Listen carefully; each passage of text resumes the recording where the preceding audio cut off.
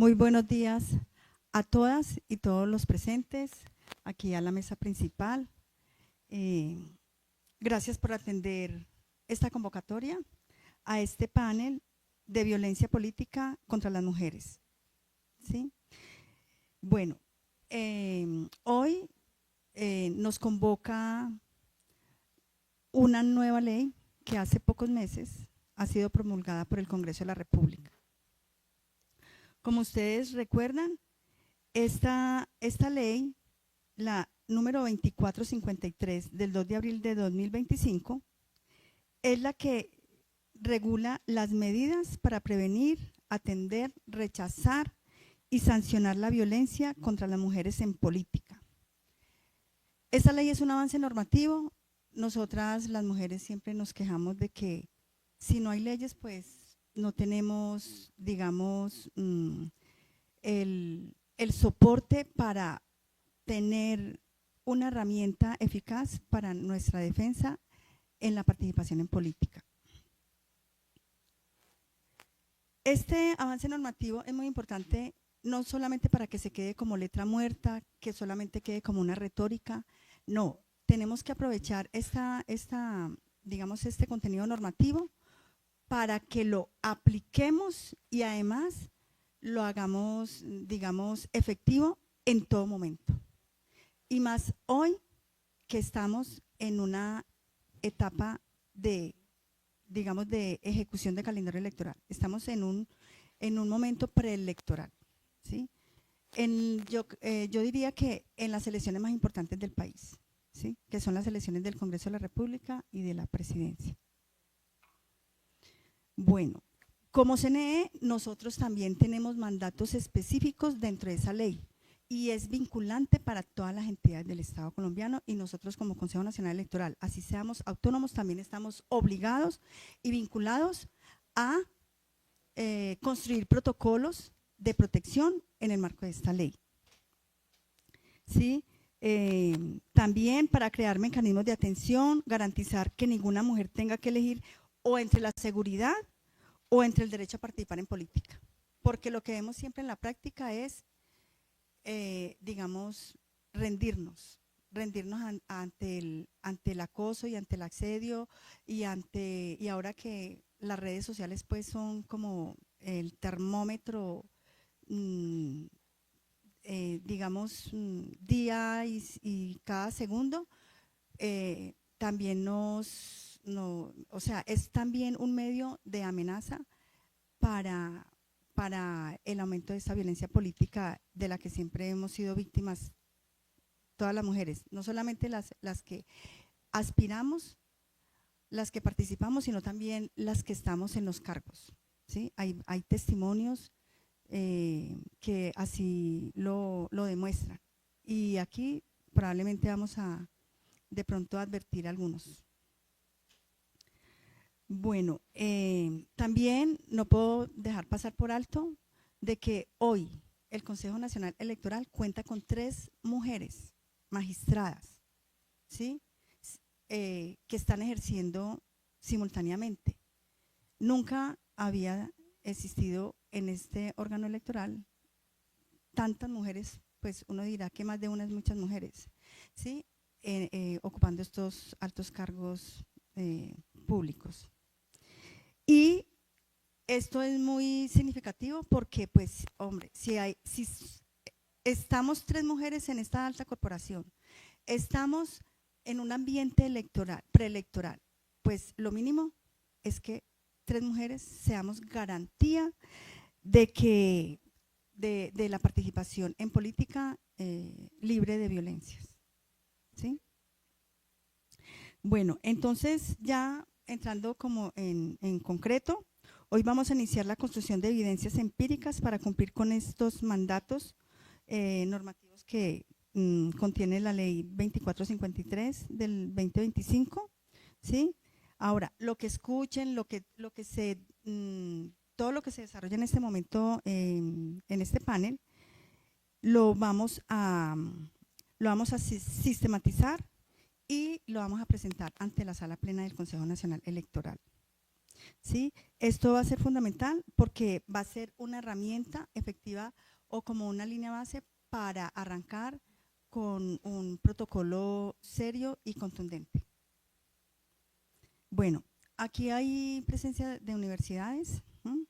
Entonces el mensaje para ellas es que vamos a presenciar cómo se construye una política pública basada en evidencias, y a los partidos políticos que también están aquí presentes. Este ejercicio busca la participación democrática. Debemos incidir que los partidos políticos garanticen la elegibilidad, porque es que ya estamos agotadas de la participación. O sea, nosotros ya estamos suficientemente capacitadas, ya no necesitamos más capacitaciones.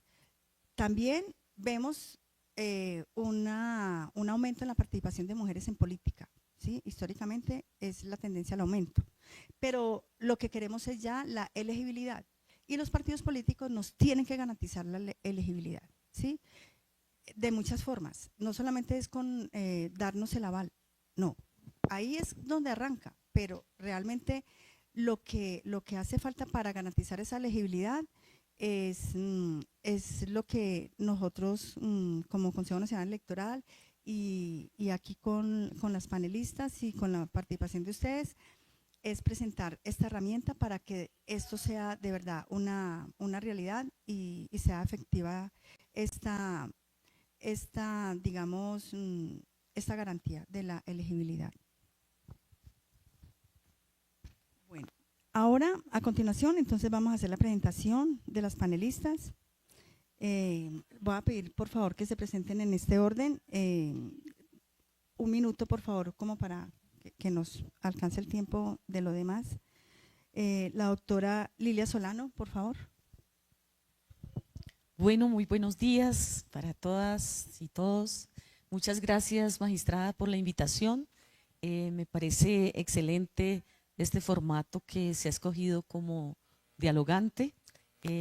Como ya dijo, soy Lilia Solano, soy filósofa y politóloga, y en este gobierno estuve como viceministra del Interior. Se llama el Viceministerio para el Diálogo Social, la Igualdad y los Derechos Humanos, y como directora de la Unidad para las Víctimas. Entonces, digamos que esta es mi caminata reciente. Perfecto, muchas gracias. La doctora Tania González. Bueno, muy buenos días. Mi nombre es Tania González. Yo soy la asesora encargada de liderar el Grupo Interno de Trabajo de Género, Etnias y Democracia Inclusiva del Consejo Nacional Electoral. Me encuentro en ese rol aproximadamente desde el mes de marzo del 2024, y bueno, con todos los retos por delante, muy expectante por supuesto de todas las insumos y los aportes que podamos obtener, que seguramente van a ser de muchísima utilidad para la construcción de los documentos institucionales que nos competen a propósito de la ley. Muchísimas gracias, magistrada, por la invitación, por la convocatoria, por hacer posible este espacio. Muchas gracias. Bueno, y siguiente, la doctora Erlinda Villarreal. Bueno, muy buenos días para todos, todas y todes. Gracias, magistrada, por esta invitación. Un saludo muy especial de parte de la viceministra de las Mujeres, Tamara Ospina, quien en este momento se excusa, tuvo un requerimiento a última hora, pero ya organizó y preparamos todos los insumos para ser parte de este evento. Mi nombre es Erlinda Villarreal González, hago parte del equipo de gobernanza de género del Viceministerio de las Mujeres, y estoy a cargo de todo el proceso de transversalización del enfoque de género en el Estado. Gracias. Bueno, muy bien. Bueno, entonces muchas gracias nuevamente. Les agradezco de verdad que hayan atendido esta invitación, y también a todos los funcionarios del Consejo Nacional Electoral y demás partidos presentes. Bueno, entonces vamos a desarrollar el panel Construyendo Evidencias. Va a ser como esta primera parte, y el tema que vamos a abordar es la nueva ley 2423 del 2025 y sus implicaciones. Entonces, por favor, ¿alguien que quiera comenzar? Bueno, sí. Entonces aquí la doctora. Bueno, la ley 2354 de 2025 responde a una deuda histórica que tenemos por el derecho a la participación y representación política de las mujeres en Colombia. Nosotros tenemos una agenda de género que el marco de este derecho es la Plataforma de Beijing de 1995 y busca que las mujeres estemos en cargos decisorios de poder, porque es allí donde se toman las decisiones del bienestar, del desarrollo, de los procesos de nuestra. Este derecho a la participación y representación política tiene muchos obstáculos para las mujeres. Los obstáculos culturales son recurrentes. Las creencias, imaginarios y los estereotipos de género operan de una manera evidente en la participación de las mujeres en los espacios políticos. Los roles tradicionales frente al cuidado siguen siendo una barrera estructural para participar en estos escenarios. Los obstáculos políticos frente a los liderazgos, las autoridades en los partidos y movimientos políticos se resisten todavía a incluir la ley de cuotas y a promover la participación de las mujeres. Hay muchas, y ahí se expresan muchas violencias.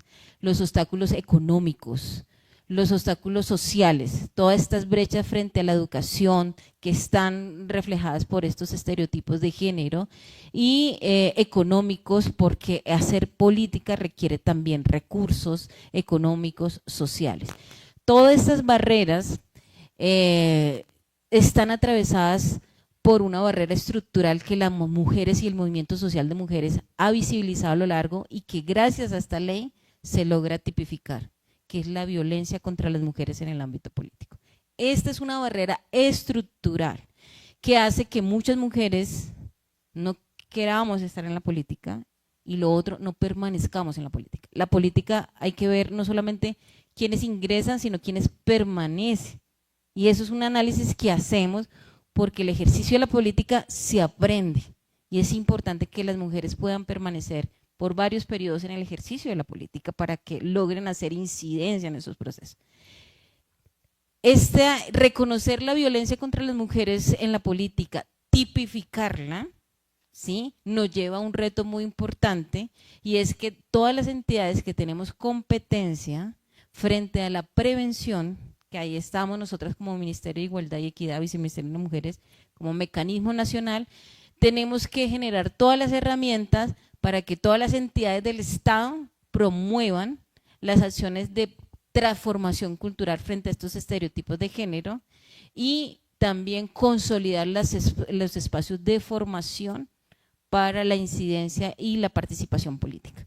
Entonces ahí está, digamos, esos retos que nos pone la ley, pero es muy importante los avances. Tipificar la violencia contra las mujeres, es decir, en el ámbito político, qué es, y que es algo que tenemos que abordar como Estado, no solo en el ámbito de lo político, sino de lo público, y eso es algo muy importante de esta ley. Amplía, no solamente en lo político, es lo público, cargos públicos también.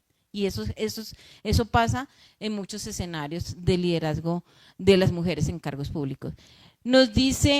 Además, nos dice de las violencias que históricamente hemos reconocido contra las mujeres, como violencia física, sexual, psicológica, económica, patrimonial, nos habla de 3 tipos de violencia que son muy importantes en este campo de la violencia. La digital, que es un reto muy grande que tenemos que hacer, y es donde se generan muchas de estas violencias, y que el impacto frente a una carrera política es muy grave. La vicaria, ¿sí?, que son todas esas amenazas y afectaciones en contra de la familia, poner en riesgo su familia, sus hijos, su entorno familiar. Y la simbólica. Entonces pone estas 3 violencias en el marco de esta violencia, y tipifica algunos actos y expresiones de estas violencias que afectan a las mujeres, ¿sí? No dar la palabra, negar la información, desvalorizar su presencia y su participación, todo comienza a tipificarla. Y ahí nos pone todo el reto de cómo tenemos que abordar estas acciones de prevención a nivel nacional. Y aquí hay algo que yo pongo en consideración, que me parece que el movimiento social de mujeres lo ha puesto, sobre todo en este derecho, y es que hay que garantizar el derecho a la participación y el atender estas violencias desde un enfoque diferencial. Las mujeres diversas y diferentes con un enfoque territorial. Nosotros sabemos que el hacer política tiene que estar atravesado por todo lo que significa nuestros territorios y la parte, digamos, administrativa e institucional que opera a nivel nacional, departamental, municipal y en la zona rural. Entonces, ese es un reto muy grande que yo veo a esta ley frente a reconocer las mujeres diversas, diferentes y los contextos territoriales. Voy a dejar por ahí, magistrada, y continuamos. Gracias. Muchas gracias. Perfecto, doctora Linda. Doctora Lili. Bueno, muchas gracias por este contexto. Es muy importante que hayan leyes. En este país nos hemos acostumbrado que hay muchas leyes y muchas veces son letra muerta porque no se cumplen.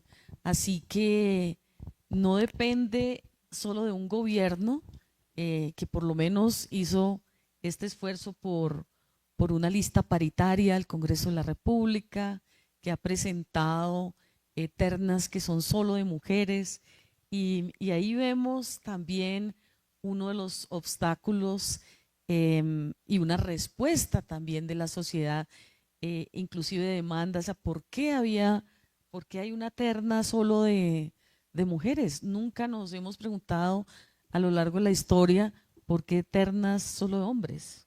Y eso ha sido la historia, ¿no? Y el rechazo de un sector en un país que viene de 80 años de un largo conflicto armado, en una guerra, todo esto que queremos avanzar en unos pocos años es difícil, sobre todo, digamos, este espíritu paritario que quiere construirse a través de la ley, porque que vemos que la sociedad tiene que cambiar, porque no solo las mujeres, porque las mujeres hemos estado en esta acción política para poder avanzar. Si nos echamos un poquito para atrás en los informes, el último informe de feminicidios habla de 2 mujeres asesinadas cada día. Entonces, tenemos un trecho muy largo por andar. Puede haber esta ley paritaria, pero tenemos que buscar todos los mecanismos para que sea realidad, más allá solamente del activismo feminista o de los movimientos sociales. Se requiere justamente, y yo celebro mucho este espacio de diálogo, porque si algo hace falta es que la academia, los sectores sociales, ambientales, políticos, nos sentemos a hacer diálogos que nos lleven a acuerdos, a consensos, y esta implementación de la ley requiere eso, requiere ese acuerdo muy amplio de la sociedad que reconozca que hay una deuda histórica y que esa deuda no se va a cerrar si no avanzamos en esos acuerdos. Hay ejemplos de varios países donde también había deuda histórica. Uno de esos era Suiza, y se puso de acuerdo la sociedad y dijo: tenemos que avanzar en esta brecha, ojalá fuera cerrar la brecha, avanzar, y hicieron un acuerdo y dieron un paso gigante adelante para no solo la participación, sino, como tú señalaste, para que efectivamente mujeres sean elegidas en no solo Congreso de la República, sino también en los diferentes cargos, que son muchos, y por lo menos tenemos ahora algunos ejemplos donde las mujeres son cabeza, como la Fiscalía, la Defensoría del Pueblo, pero en general nos toca un paso muy grande para poder avanzar en esa paridad. Pero yo creo que este es un país que se está transformando y que llegará un momento en que esta ley, que ya está proclamada, pues pueda ser realidad. Bueno, lo primero que yo quiero expresar o quiero partir mi reflexión de una frase pues muy popular, que es: lo que no se nombra no existe.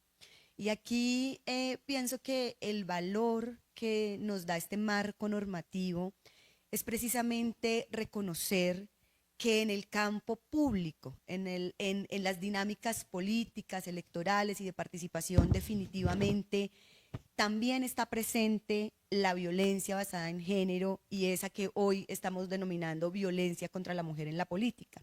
A partir de que el proyecto de ley inicia su curso en el legislativo, esa expresión, esas palabras empiezan a cobrar sentido para la ciudadanía, para una sociedad que seguramente tiempo atrás no se lo había planteado.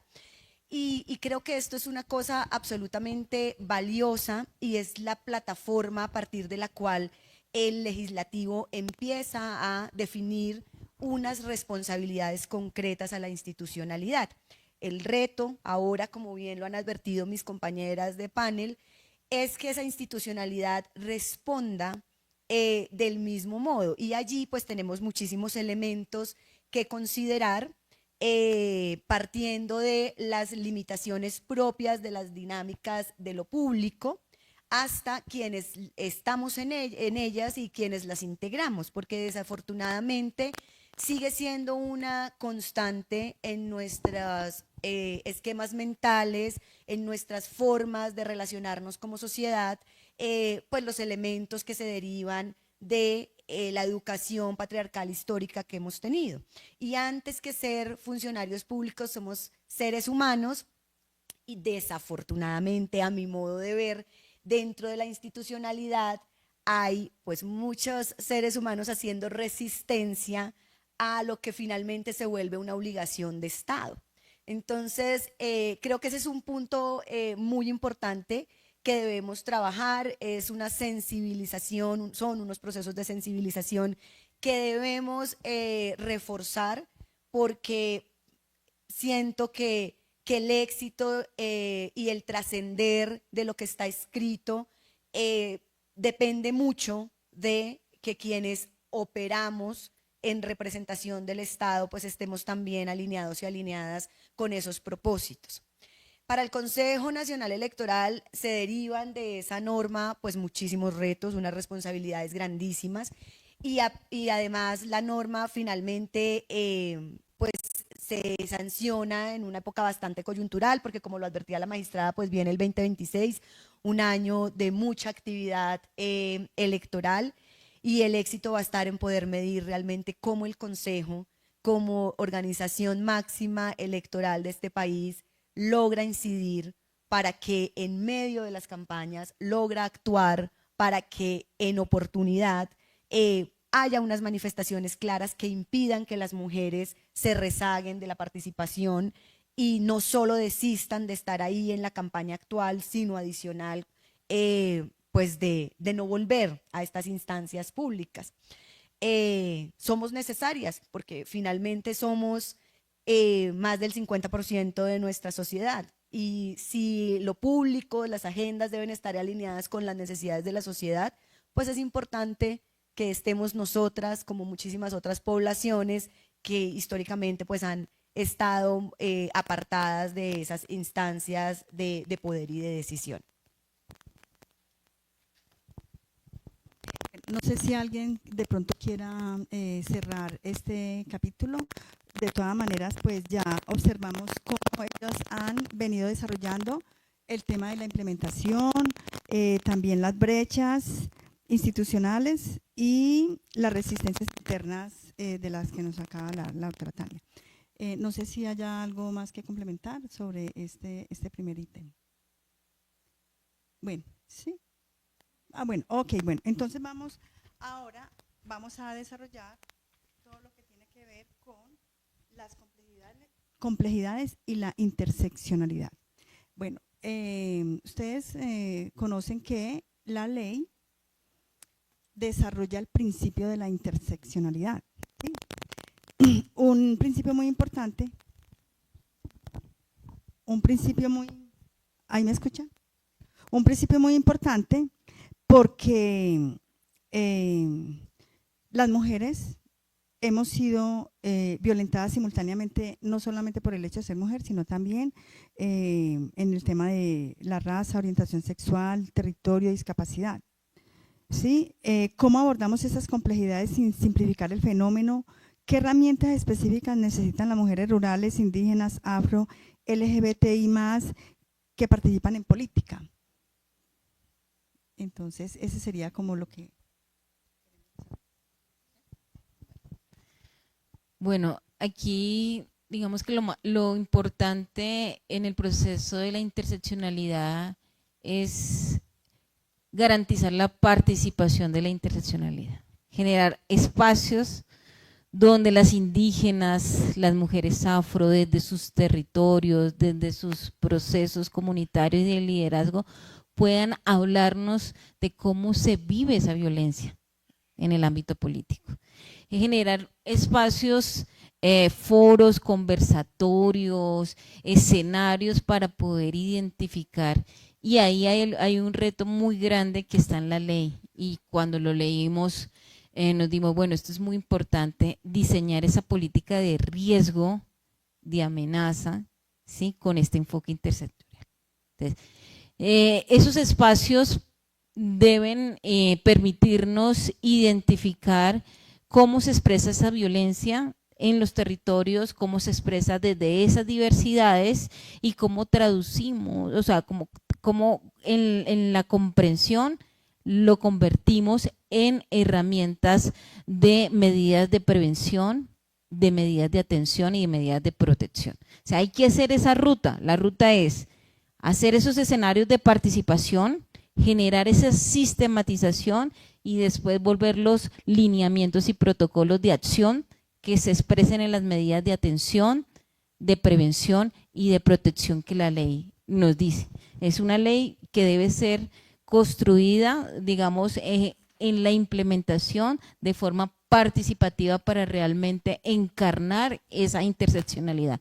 Siempre cuando nosotros hablamos es poder que la voz de esa interseccionalidad se pueda garantizar a partir de una participación con incidencia, no solo con representación, sino con una participación directa de quienes encarnan esa interseccionalidad. Y tenemos que ser garantes de esos espacios participativos y de ese camino que son esos saberes, de esas vivencias hacia los lineamientos que tenemos que devolver ya como políticas y como acciones concretas para garantizar el derecho a la participación y limitar y disminuir considerablemente cualquier tipo de violencia contra las mujeres en el ámbito político. Gracias.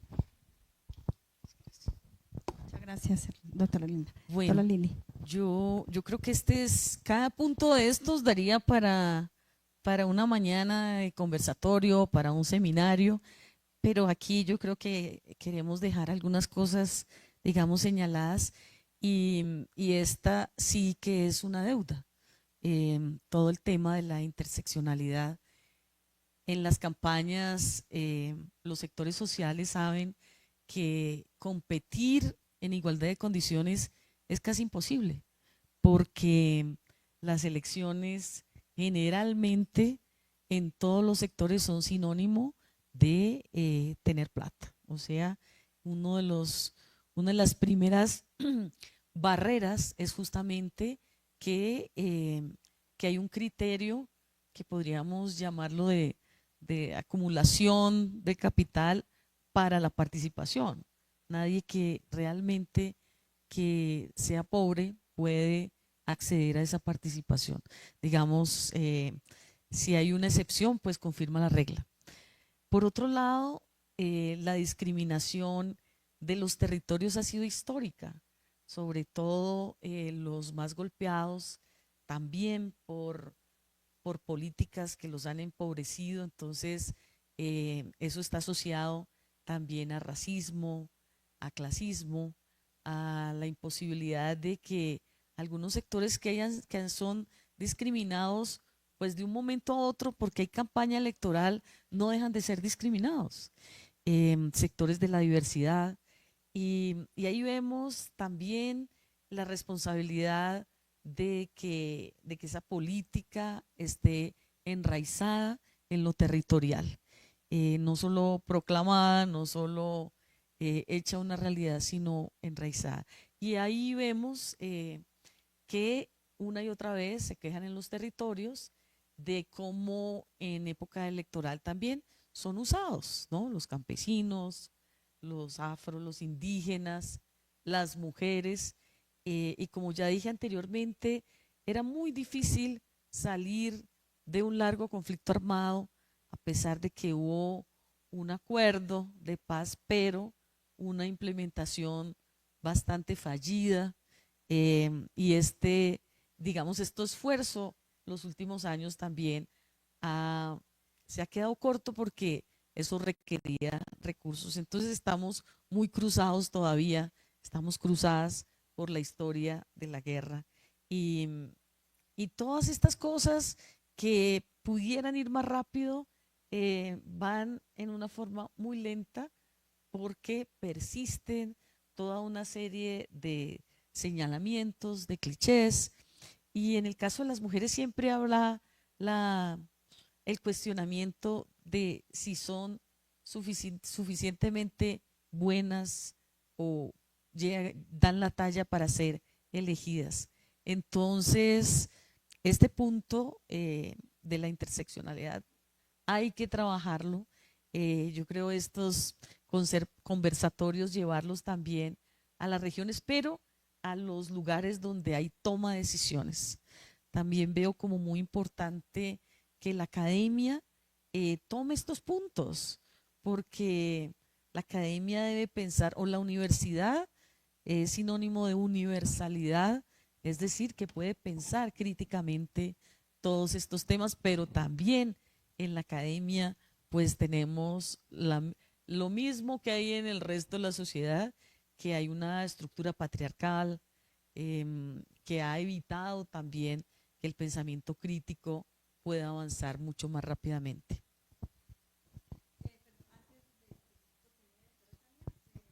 Quería complementar algo al respecto que hemos mencionado que me parece muy importante, y es que la ley menciona unas responsabilidades y unas entidades que tenemos que articularnos frente a ciertas acciones.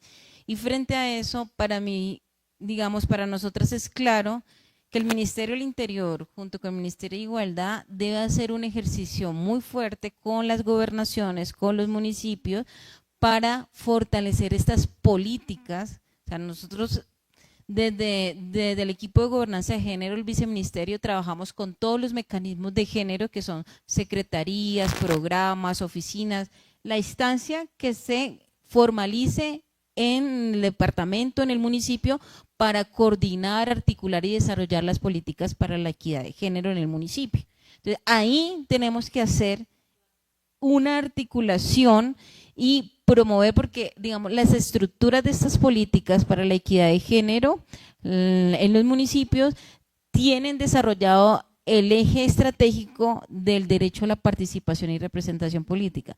Sí vemos un rezago, o sea, sí vemos una falta clara de acciones en los territorios de darle un lineamiento. Ahí tenemos que darle un lineamiento muy claro ya con esta ley, para fortalecer esa asistencia técnica y ese acompañamiento que le hacemos a los mecanismos de género a nivel nacional, para promover todas las medidas de prevención, de fortalecimiento hacia la garantía del derecho a la participación y representación política. Y junto con el Ministerio del Interior, que tiene también esa competencia en el marco de esta ley. Quería mencionar eso. Rápidamente, para no quitarle la oportunidad. Y es un tema, yo creo que está asociado a estos que ya mencionaste, y es el tema del ejercicio del poder. Y en mucho del territorio nacional el poder está cruzado con las armas. El que tiene las armas manda ahí en el territorio. Y generalmente no hace conversatorios para tomar decisiones, sino que se impone por la fuerza y mucho más grave si tienes un arma y el otro tiene la palabra, entonces ahí hay desigualdad de encuentros. Y yo creo que una de las cosas también a poder reaprender es cuál sería un poder, como se habla tanto ahora, cuál sería un poder que repensara que es el del pueblo. ¿Qué traduce eso? Y yo creo que es justamente, incluye este tema, es que piense que ese pueblo es el que ejerce la acción política, porque, porque si hay algo supremo, es ese pueblo. Y no hay, digamos, otras formas de decir, no, es que usted, pueblo, lo que tiene es que entender que este es el poder aquí. El poder también hay que recuperarlo para estos acuerdos a los que se llega, que se convierten en leyes, pero ahí todavía nos falta un trecho. Bueno, la interseccionalidad supone un reto grandísimo y parto nuevamente de lo que implica pues nuestra cultura y nuestra educación como sociedad. Comparto, por supuesto, el tema de que esto tiene que estar presente, son conceptos que tienen que estar presentes desde el proceso educativo, porque lo que nos pasa normalmente es que las personas nos formamos en ciertas disciplinas, nunca estamos en relación con estos conceptos, y cuando llegamos a nuestro ámbito profesional, pues tenemos por supuesto una resistencia natural. Eso no es lo que nos enseñaron, ese no es el deber ser. Entonces, definitivamente, esto no puede estar, estos temas, estos asuntos nos pueden ser rezagados a las personas que profesionalmente se han interesado por las reivindicaciones de los derechos humanos y este tipo de, digamos, de banderas. Esto debe ser, son conceptos que deben ser manejados, que deben permear el sistema educativo, el proceso educativo en todos sus niveles, para que así realmente podamos hacer una apropiación de lo que significa analizar una situación, tomar una decisión desde un enfoque interseccional. Siento que precisamente esa es una de las grandes falencias. Muchos de nuestros documentos inician, por supuesto, con ese contexto, esa mención de los enfoques, esas fuentes, digamos, del derecho internacional que nos abocan como Estado a respetarlos, pero pues no tenemos un proceso de interiorización y de comprensión, de apropiación de conceptual. Y es por eso que, a mi modo de ver, se presenta el siguiente reto, que es el de la violencia institucional.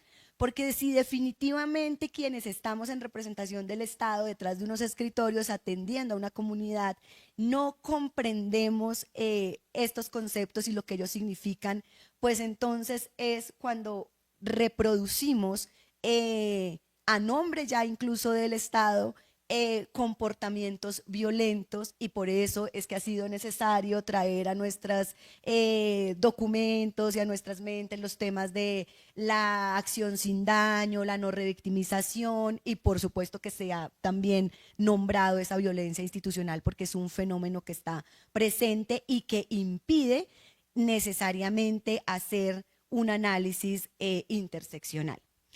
Pero también creo que el tercer punto, dentro de, como lo advertías, pues los muchos que pueden haber, que quiero resaltar en este instante, tiene que ver con lo que yo denominaría, que no sé si es técnicamente correcto o no, el centralismo-centrismo. Y es que nosotros y nosotras estamos acostumbrados a que desde las ciudades capitales, pues vamos a plantear las formas de salvar a las comunidades, comunidades que enfrentan unas realidades que en muchos de los casos desconocemos. Definitivamente creo que es complejo, porque Colombia es un territorio muy extenso, absolutamente diverso culturalmente, pero son realidades que están ahí, que no podemos desconocer.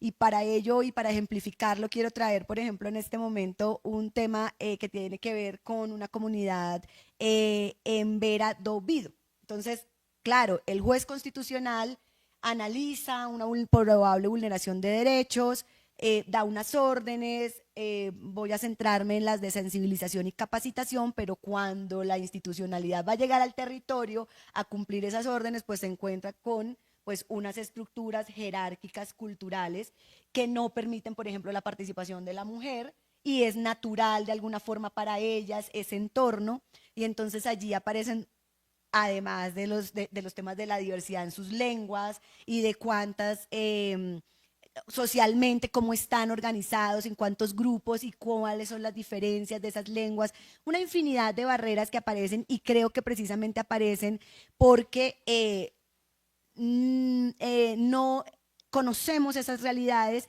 y no nos hemos volcado realmente al territorio. Insisto, sé que tiene muchísimos limitantes por las características particulares de nuestro país, pero sí creería que debemos asumir en este tipo de circunstancias un papel de aprender de la comunidad y sus dinámicas, para también poder, con base en todos nuestros conocimientos y en todos los deberes a los que estamos llamados, ajustar de la mejor manera la aplicación de conceptos como estos. Para terminar, me regreso un poco a los operadores de justicia, y es que definitivamente si no aprendemos desde la academia que hay que flexibilizar ciertas cosas y que eso está permitido porque hay unos desarrollos internacionales, jurisprudenciales que nos lo permiten, pues vamos a seguir tomando decisiones, analizando pruebas, etc., bajo los mismos criterios de siempre, que son los rigurosos que nos imponen pues las leyes que estudiamos durante nuestros procesos académicos. Eso por ahora. Ok, bueno, muy bien, muchas gracias. Bueno, antes de continuar con el tercer ítem, quería recordarles que tienen disponibles unas tarjetas para diligenciar, donde ustedes pueden escribirnos allí experiencias o de pronto temas relevantes que consideren debemos incluir en el protocolo, ¿sí? Bueno, vamos a continuar con el tercer ítem. Bueno, ahora vamos con las panelistas a que nos comenten sobre cómo llevar la norma a la práctica, o sea, cómo lo operativizamos, cómo lo implementamos, cómo lo aplicamos, ¿sí? Ustedes conocen que esta ley, la 2453, le da facultades precisas y contundentes al Consejo Nacional Electoral. Entre ellas tenemos las de regular procedimientos, imponer sanciones hasta 50 salarios mínimos legales mensuales vigentes, vigilar el cumplimiento sobre esta materia en los partidos políticos y desarrollar campañas de prevención, entre otras. Desde sus experiencias como usuarias del sistema político, ¿qué elementos no negociables debe tener nuestro protocolo? ¿Qué herramientas institucionales necesitan que actualmente no existen? Si cada una pudiera diseñar una medida que debemos implementar de manera inmediata, ¿cuál sería?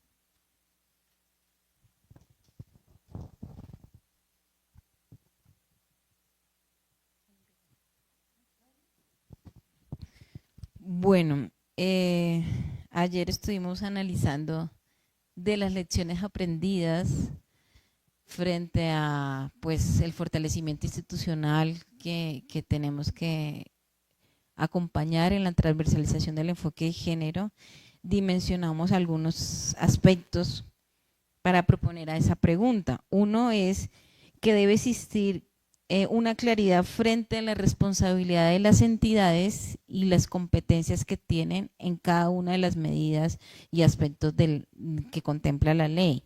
Eso debe ser claro en qué me corresponde como Ministerio de Igualdad, digamos un ejemplo, y qué me corresponde en coordinación con, porque hay unas acciones propias del ministerio y otras en coordinación. En eso que quede supremamente claro y que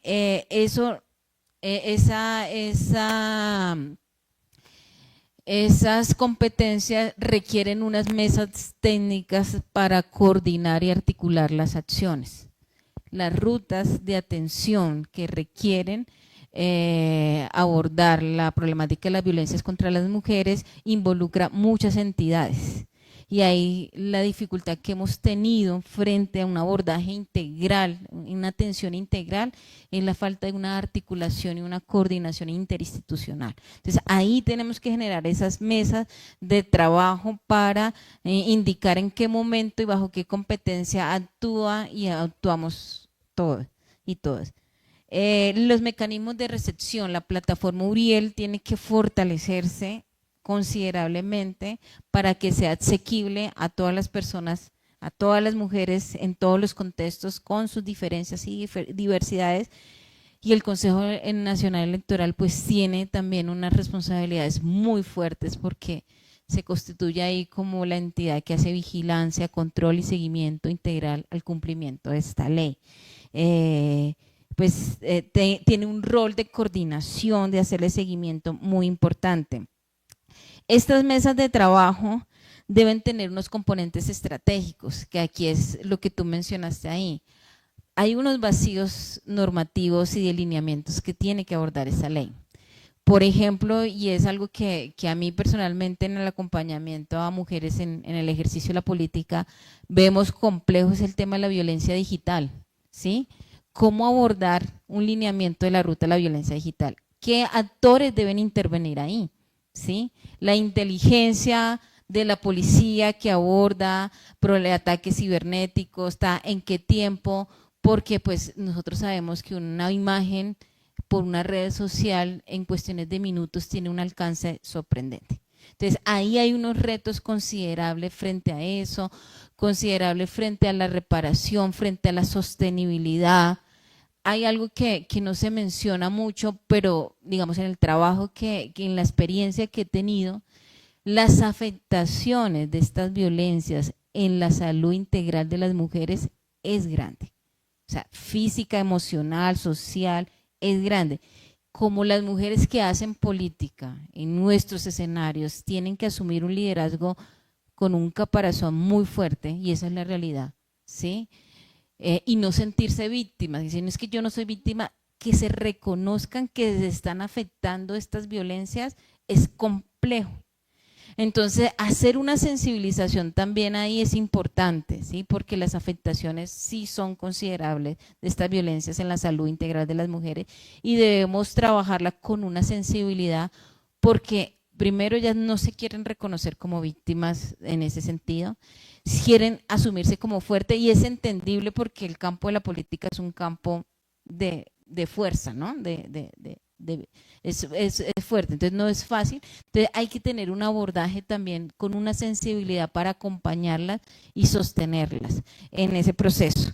Y eso requiere que tengamos un lineamiento frente a esa atención o ese abordaje psicosocial para atender a las mujeres en política de esas afectaciones de las violencias hacia las mujeres. Di como 2 ejemplos, aquí hay un tema muy especial que pone la ley y que me parece muy importante, lo decía la doctora Tania, y es el tema de motivar la participación a mujeres jóvenes y adolescentes. Aquí tenemos que trabajar con el Ministerio de Educación, con todo este componente de gobernanza escolar. La estrategia comunicativa y pedagógica.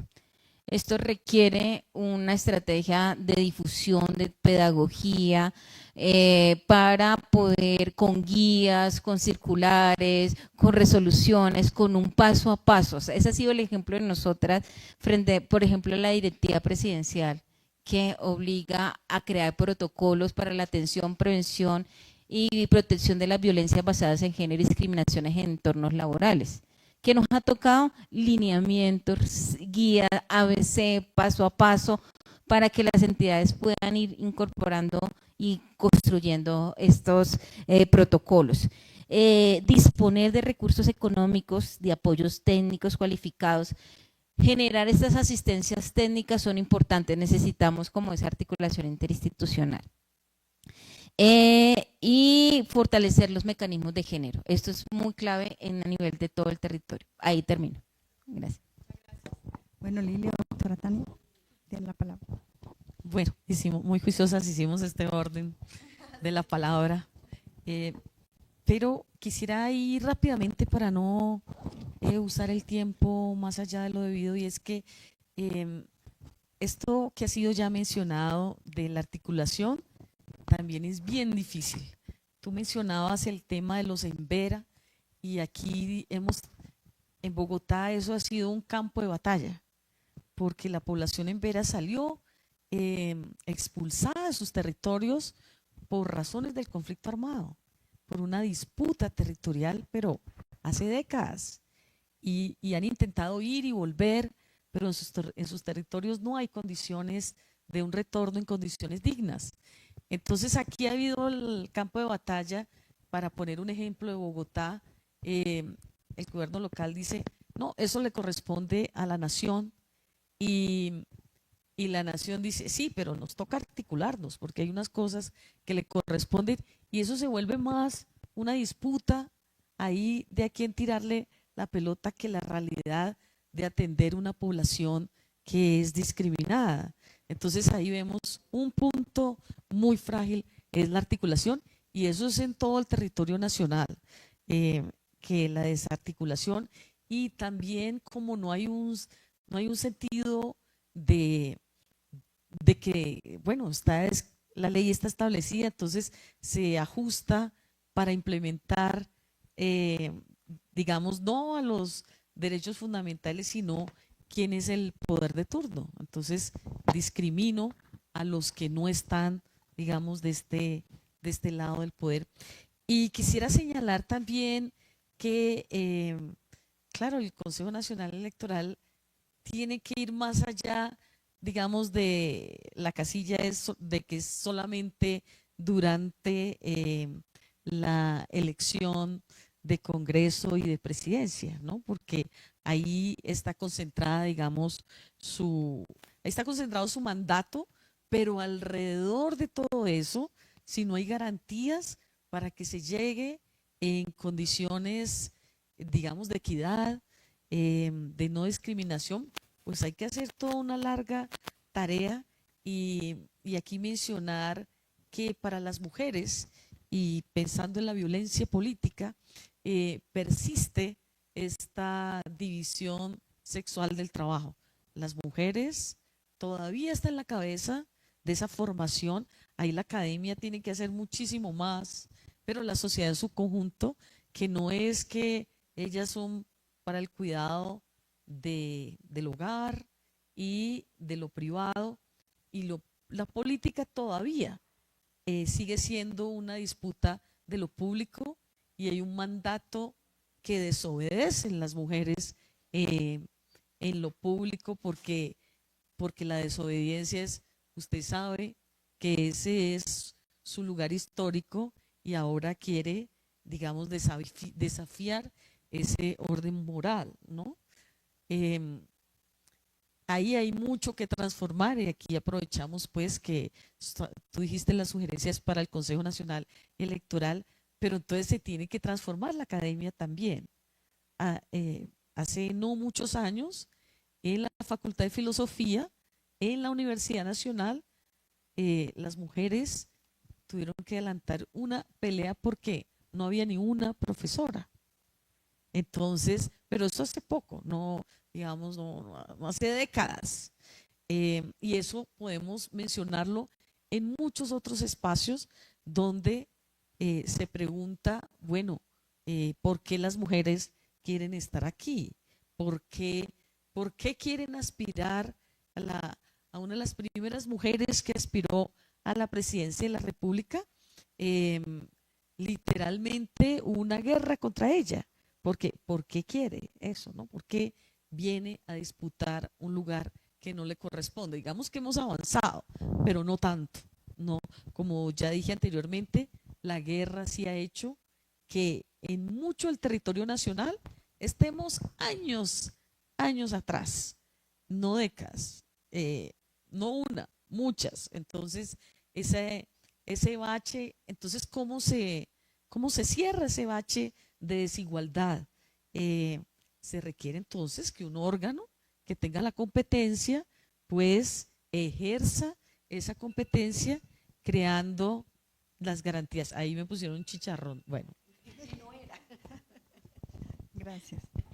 Bueno, ¿cómo hacer realidad la ley, particularmente en lo que tiene que ver con las responsabilidades del Consejo Nacional Electoral, finalmente porque hago parte de esta entidad?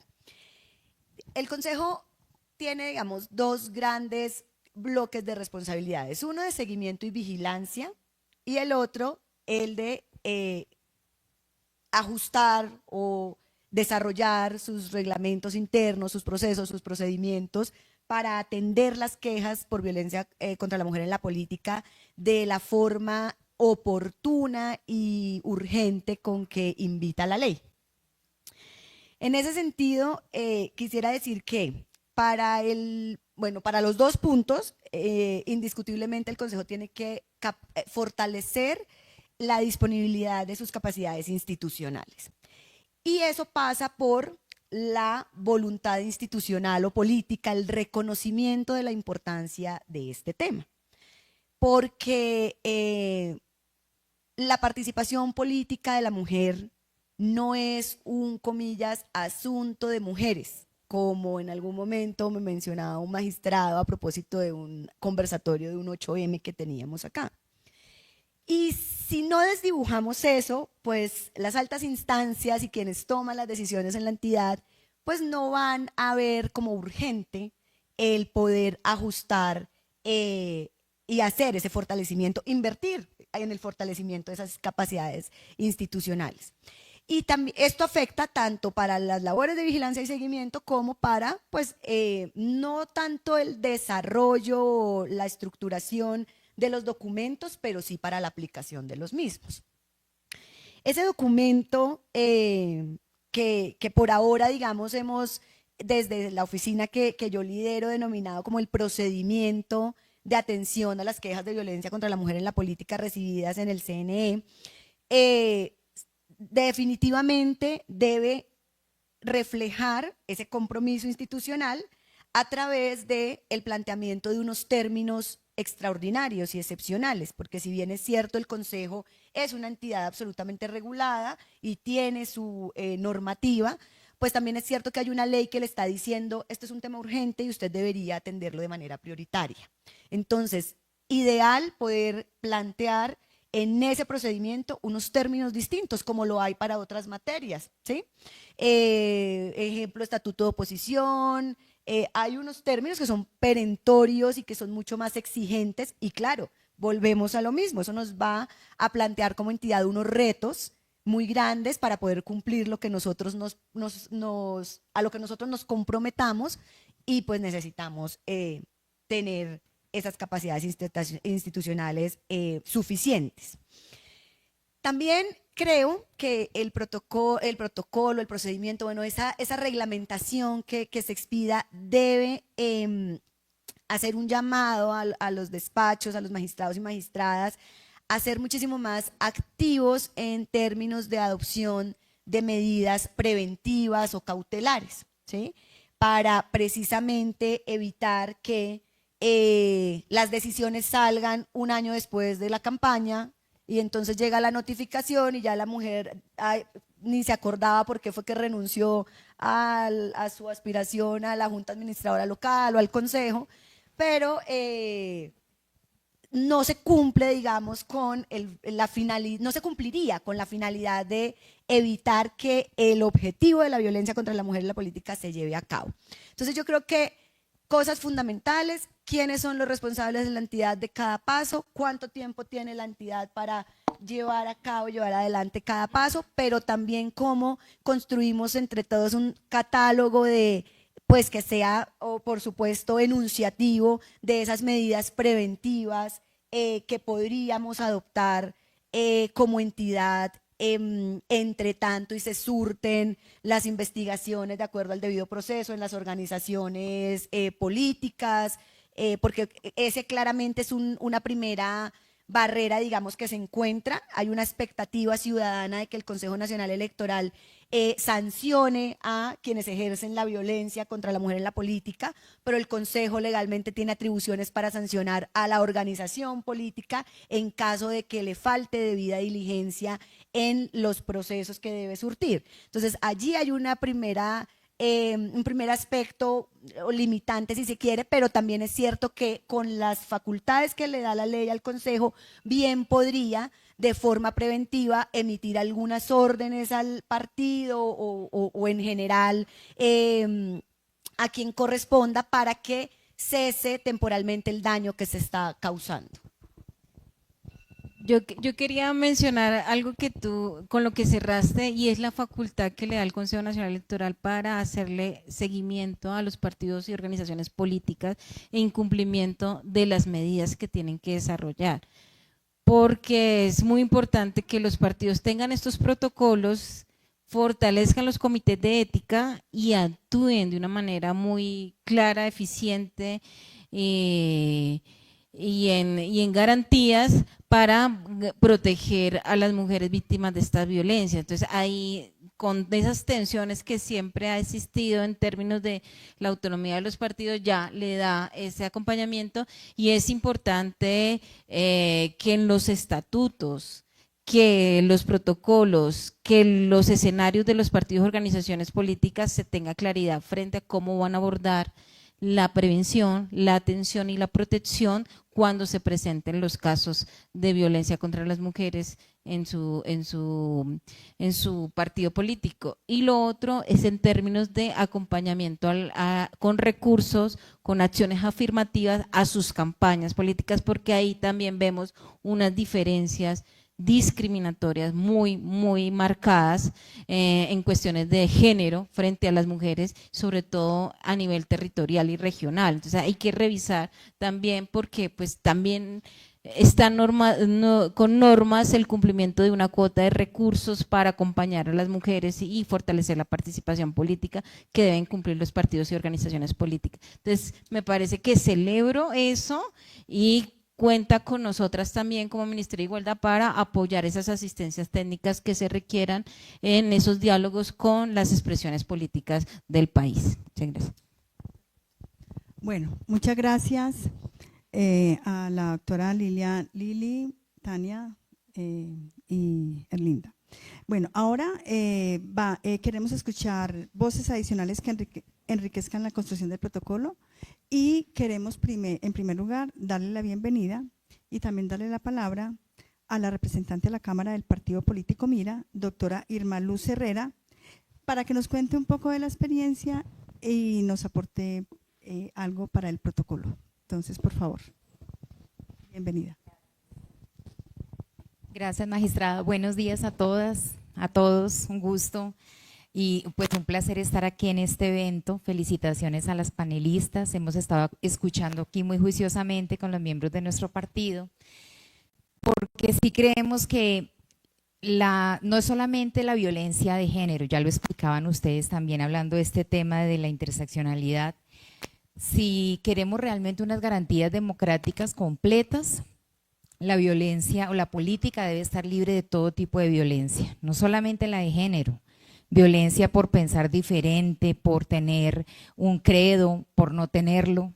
Bueno, hay que respetar y que esa violencia, realmente esa libertad de violencia en lo político está en todos los aspectos. Para nosotros pues es muy importante este evento y este tema. En Mira hemos querido fortalecer siempre el trabajo para las mujeres y que las mujeres participen en política. Hemos implementado varias estrategias.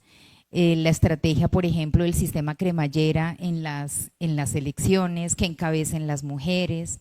Hemos tenido candidata presidencial mujer, porque sí creemos en el valor y en la capacidad y en el poder que tiene la mujer en lo político. Actualmente tenemos el 50% pues, de los congresistas somos mujeres, el 62% de todos los representantes, diputados, concejales, ediles, somos mujeres, porque ha habido una política de apoyo y de fortalecer a la mujer para que sea electa, que fue con lo que inició la magistrada. No solamente que esté en la lista, no solamente que participe, sino que sea electa, que tenga la misma posibilidad, por ejemplo, de financiación, de capacitación. Ese es un proceso muy importante, llegar. Pero una vez se llega, también hay otro reto, otra tarea, porque las mujeres allí ya estando en las corporaciones nos enfrentamos a varias situaciones. Primero, pues la posibilidad, la oportunidad que se tiene como congresistas, como concejales, como diputadas, como edilesas, de trabajar por las mujeres, de crear una agenda también y de aprovechar una comisión muy importante que hay en el Congreso, que es la Comisión Legal para la Mujer, pero también de instaurarlas en los diferentes consejos y asambleas para que haya comisiones que trabajen por las mujeres. Ahí hay un reto importante. Y el otro es, pues, efectivamente, cómo nos sometemos, cómo vienen problemas de violencia ya política al interior de la corporación cuando ejercemos la labor. Y nos llama mucho la atención, y en eso también van nuestras propuestas que dejamos aquí escritas, en esa palabra de interseccionalidad.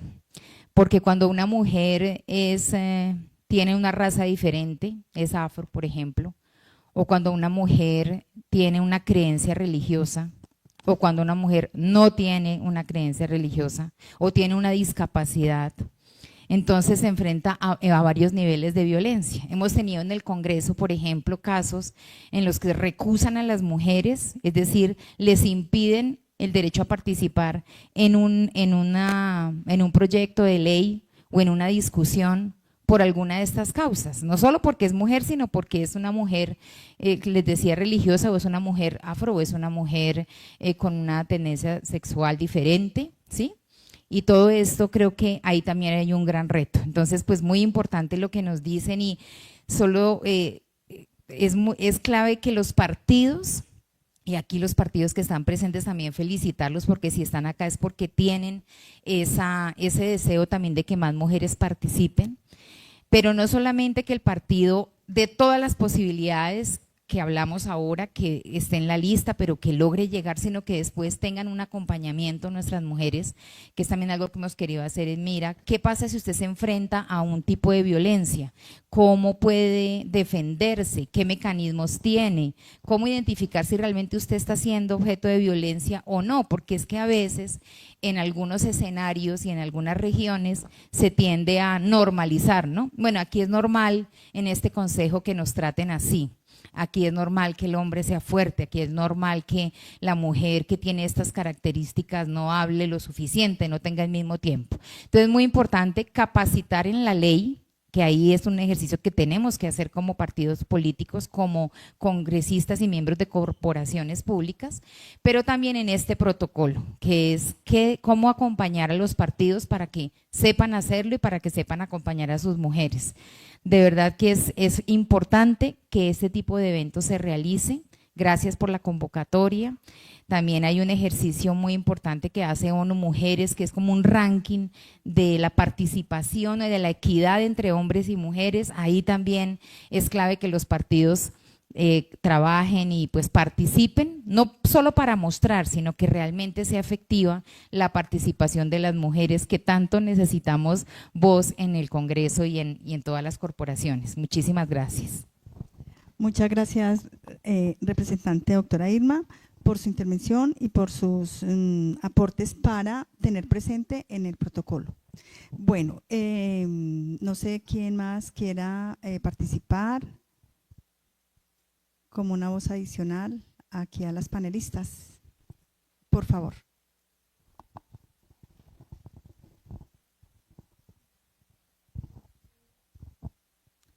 Buenos días a todas, mi nombre es Daniela Silva, hago parte de la plataforma de Incidencia Política de Primero la Gente, pues que lidera la representante Jennifer Pedraza. Es un gusto estar en este espacio también con varias compañeras de diferentes partidos políticos. Creo que eso es muy provechoso pues para la democracia y pues para esa apuesta de equidad que buscamos en el escenario electoral. Creo muy valioso todo lo que se ha mencionado en este espacio sobre la importancia de atacar de raíz el problema de la participación política de las mujeres, o que no tengamos, digamos, tantos escenarios de participación, y es una cultura patriarcal. Creo que identificarlo desde ese inicio nos permite avanzar en una propuesta realmente, digamos, conveniente y que abarque diferentes escenarios en donde el patriarcado, digamos, permea, por ejemplo, las instituciones educativas y las universidades, que entiendo yo también estar en este espacio.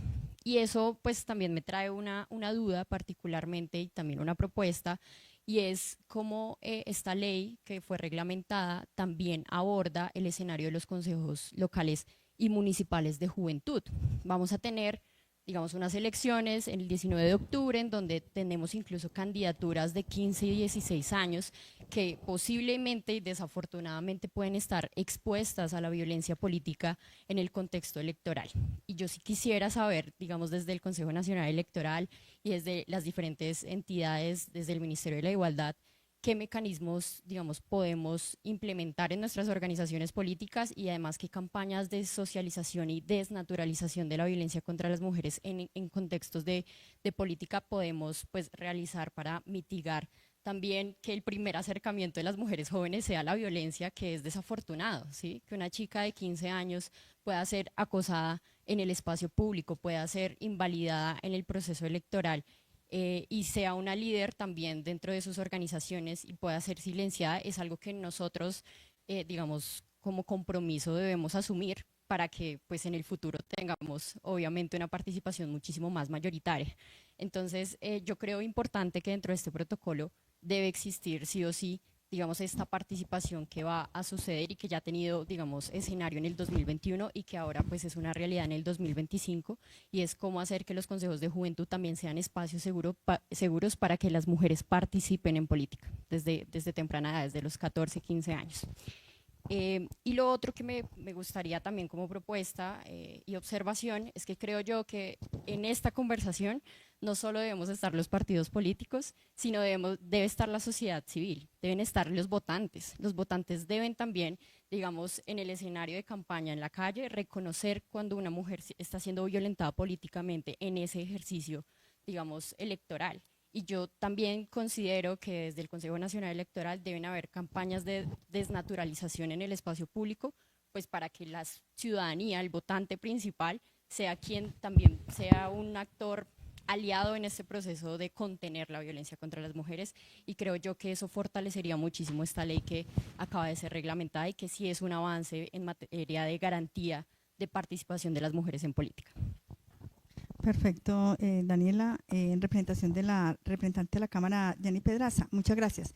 Bueno, ella anotó algo muy importante, y es qué está haciendo el Consejo Nacional Electoral en el marco del proceso preelectoral para las elecciones de Consejo de Juventudes. Pues bueno, el Consejo Nacional Electoral cada 8 días, cada 15 días sale al territorio. Y uno de los componentes es precisamente el tema de violencia política, ¿sí? Donde les socializamos, donde les advertimos y donde también les mostramos digamos, las rutas, ¿sí? Las rutas y también las medidas. Ella anota una grande preocupación y dice, bueno, seguramente hoy han sido víctimas de violencia sexual, ¿sí? Además de violencia política, las jovencitas, ¿sí? Mire que en estos encuentros regionales que tenemos, además de esa, digamos, de esa triste situación, también nos encontramos otra todavía mucho más triste, y es, pero ¿qué garantías tenemos nosotras las mujeres cuando somos lideresas y amenazadas en el territorio? ¿Sí? Cuando nos matan, ¿sí? Solamente por ser líderes, mujeres. Entonces, de verdad que sí, hay situaciones muy complejas, que también es estructural, y seguramente pues el Estado, bueno, y con estas nuevas normas, pues seguramente vamos a minimizar como minimizar como esos riesgos que se presentan en los territorios, ¿no? Bueno, ¿alguien más quisiera? Bien. Bueno, primero, felicitaciones por el espacio. Soy Magnolia Agudelo Velázquez, la responsable nacional del Departamento de Mujeres del Partido Comunista Colombiano. Trabajo en el equipo con nuestra exministra Gloria Inés Ramírez Ríos. Bueno, pienso yo que lo más importante es algo que planteaba la responsable de género del Consejo Nacional Electoral, es dar herramientas y presupuesto para que efectivamente el Consejo Nacional fortalezca todo el tema del enfoque de género. Eso implica equipos que efectivamente tengan esa experiencia en esa transversalización y el seguimiento. Y por supuesto, pues las entidades, el Ministerio de Igualdad, entre otros. Y la otra situación por la experiencia propia es el fortalecimiento de todo lo que tiene que ver con el programa, los estatutos, los lineamientos de los partidos y el Sistema Nacional de Educación. Por lo menos en nuestro partido está ese Sistema Nacional, a nivel de transversalizar todo el enfoque de género en los partidos y sobre todo el fortalecimiento en lo ideológico y el reconocimiento de ese legado, ese papel histórico de las mujeres en la construcción de los partidos, o sea, ganar al interior de la militancia también ese respeto y la necesidad de esa participación política. Y lo último sería ese carácter vinculante, que efectivamente el Consejo Nacional y las entidades que tienen este seguimiento hagan las sanciones respectivas. Si en las listas no se cumplió con las cuotas, entonces que hayan las sanciones, porque desafortunadamente es la única manera que los partidos garantizan ese cumplimiento de las cuotas, pero además de los presupuestos para que no haya esa desigualdad en esas brechas. Bueno, por fortuna del partido pues tenemos unos liderazgos muy importantes, empezando pues por Gloria Inés Ramírez y entre otras mujeres, pero pienso yo que todavía nos falta. Así es que a ponernos la camiseta y a garantizar que efectivamente la ley no se quede en letra muerta, sino que comencemos a multiplicarla y a hacerla efectiva. Muchas gracias.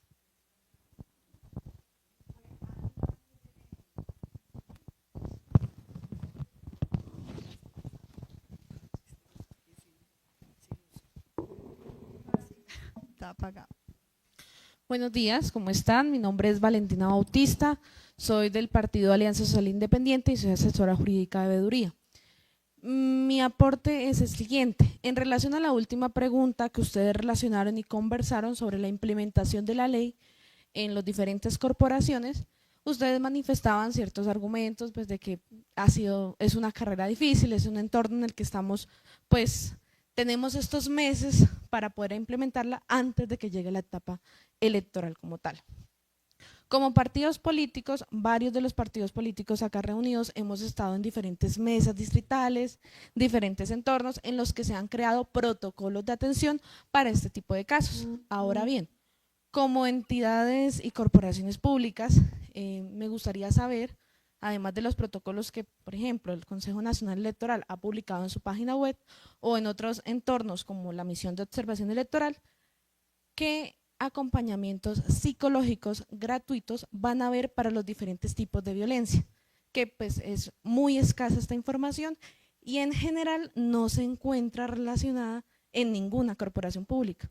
Nosotros como partido tuvimos, pues debido a este tipo de necesidad que se comenzó a crear por el tipo de violencia psicológica en especial y la violencia vicaria, que fueron los dos factores fundamentales o más destacados que comenzaron a ser notables en el territorio, ser notables en las diferentes etapas preelectorales y demás. Creamos una área que se llama bienestar social y tenemos un acompañamiento psicológico. Aún así, solamente desde acá de la sede principal porque estamos en una forma de implementación. En los territorios, ¿qué acompañamientos psicológicos gratuitos van a haber desde ustedes como corporaciones públicas? Bueno, antes de darle la respuesta a ella, tú, por favor. Ok.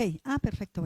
Bueno, entonces, a ver, en cuanto al Consejo Nacional Electoral, pues, como ya lo decía nuestra coordinadora, doctora Tania, nosotros estamos en el fortalecimiento de esas capacidades operativas, ¿sí? Muy probablemente vamos a mirar diferentes opciones para garantizar que esta necesidad pues se pueda atender, ¿sí? En eso estamos nosotros. Aquí le voy a dar la palabra a la del Viceministerio de la Igualdad. Bueno, nosotros tenemos todo la Dirección de Violencias y el mecanismo articulador que aborda las violencias contra las mujeres. Ahí estamos trabajando y con la línea Salvia 155 para fortalecer también el monitoreo y la ruta de atención a las violencias contra las mujeres en el ámbito político. Ayer con la viceministra Tamara indicamos, o sea, que había esa responsabilidad también, porque el sistema Salvia es un mecanismo de monitoreo, seguimiento a los casos de violencia basadas en género en todo el territorio y genera una articulación interinstitucional y acompañamiento. Digamos, en el tema de ámbito laboral, que es la directiva, se crea el ámbito y se genera todo las rutas y todo el acompañamiento que se debe tener para asesorar esos casos. Y de igual manera lo vamos a hacer en el ámbito político. De igual, entonces el sistema Salvia, a través de la línea 155 a nivel nacional, va a estar y se está fortaleciendo con estas violencias también contra las mujeres en el ámbito político, y también se van a dar las recomendaciones pertinentes a todo lo que es el mecanismo articulador, que tiene un nivel nacional, pero también regional y territorial, frente a eso. Bueno, yo creo que el tamaño del desafío es enorme. Digamos que aquí pudimos esbozar algunas ideas, pero la verdad es que violencia política contra las mujeres es un desafío gigante. Se requiere todo y más. Ya Magnolia señalaba de los recursos, de la articulación, la otra compañera también, la implementación de la ley. Y como yo señalé desde el principio, el problema más grave es que se necesita la transformación de la academia, la transformación de la política. Qué bueno que estás tú, Delmira, porque también cómo pensarlo desde la perspectiva de la fe, esos desafíos que hay de las violencias. Entonces, yo creo que una palabra que resume esto es que qué bueno que hay un Ministerio de la Igualdad, porque lo que no hay en este país es justamente igualdad. Y ahí toda suerte, no entramos en detalles para no estar en la casuística, pero los desafíos de la violencia política contra las mujeres han cruzado todos los temas y todos los sectores. Entonces, ojalá que lo que se ha enunciado, que no será suficiente, pero por lo menos son pasos que tenemos que dar para que un día podamos lograr pues un país más justo, y aquí contamos con el liderazgo de las mujeres, que en efecto somos la mayoría, no para entrar en una disputa como los hombres, como siempre tenemos que repetir, sino justamente por razones de justicia. Bueno, yo igual decir que comparto esa inquietud.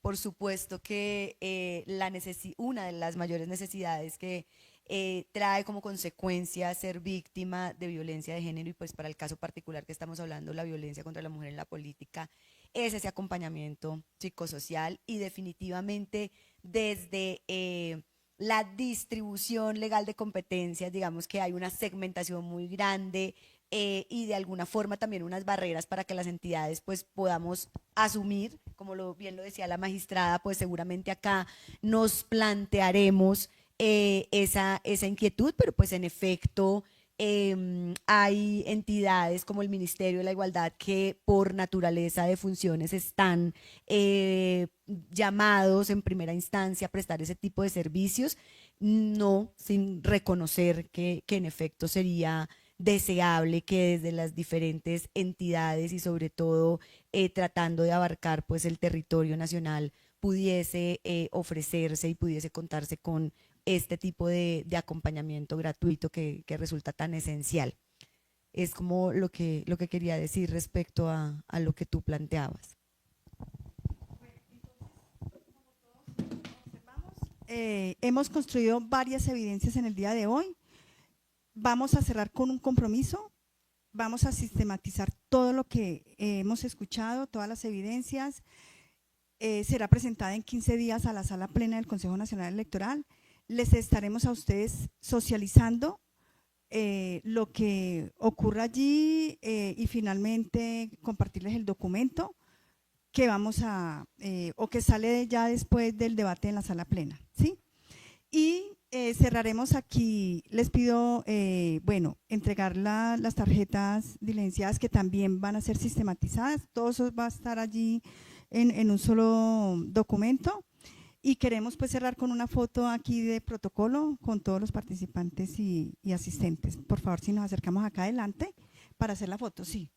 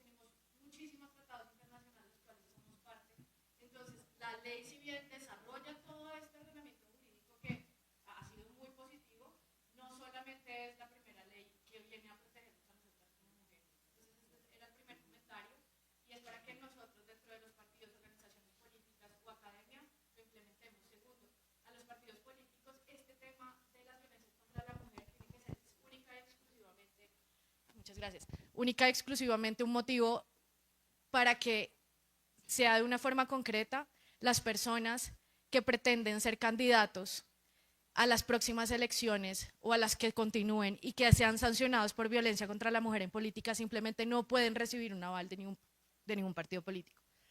Perdón, no solamente ningún aval de un partido político, ni tampoco ser dignatarios, ni ejercer cargos importantes al interior de la organización, simplemente por el riesgo que esto representa para las mujeres. Entonces es un llamado para interiorizar el mensaje, porque en la práctica es muy complejo. Entonces la realidad es que esta herramienta jurídica y todos los trabajos virtuosos que se están realizando desde las instituciones, desde el mismo Estado, tiene que complementarse también dentro de la sociedad y dentro de las organizaciones políticas como los que estamos haciendo parte de esto.